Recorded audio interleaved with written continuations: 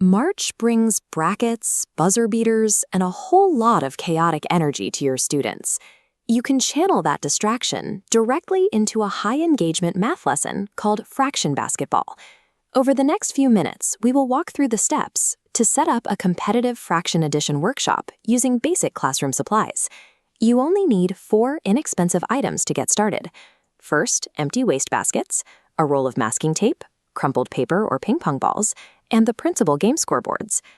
Before you begin, verify that your students have a basic understanding of fraction addition.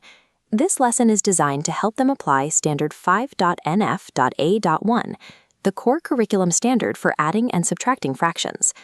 By providing this physical structure, you give your students a way to apply math standards in a memorable, face-to-face environment. First, organize your physical space by dividing the class into teams of 4. Assign each team a specific, clear lane in the classroom to serve as their court. This is the official scoreboard. Each team will use one to track their data, along with 10 crumpled paper basketballs. Next, take your masking tape and mark a distinct shooting line for every group. Every piece of tape must be placed at the exact same physical distance from each team's wastebasket. Refer to rule number 4. Do not let teams eyeball their throwing distance. If one team shoots from 2 feet away and another from 5, the unequal difficulty will skew the data and the resulting fractions. Standardizing the court dimensions ensures the mathematical data your students collect later is accurate and comparable between teams. To start the round, player 1 stands at the tape line. The rest of the team positions themselves around the basket to act as rebounders and scorekeepers. Player 1 takes all 10 of their consecutive shots before stepping back. The team member should not alternate throws during a single player's turn.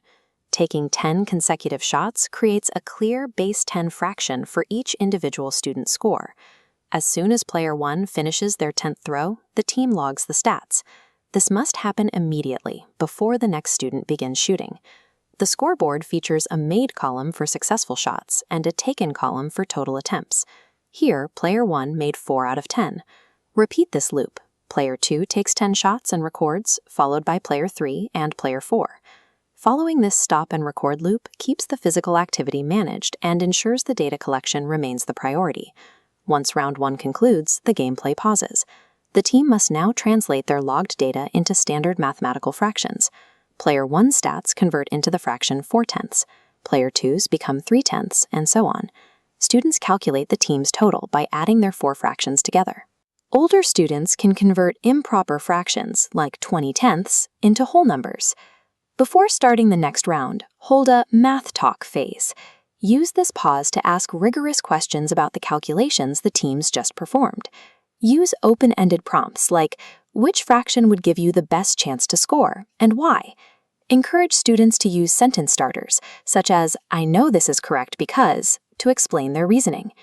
The physical throwing keeps the energy high, but the requirement to justify every answer forces students to articulate the logic behind the common denominators. The game can continue for up to 3 full rounds. Students fill out the remainder of the scorecard until you crown a fraction champion. This unique structure places standard fraction addition problems into a high-stakes environment where students prioritize accuracy to win. Success is easy to spot. Your students are laughing, cheering, and explaining mathematical logic to their teammates. Print the provided scoreboards, gather your wastebaskets, and let your students shoot their shot with fractions this week. The math conversations happening between your students as they calculate their totals serve as the most effective evidence of their learning.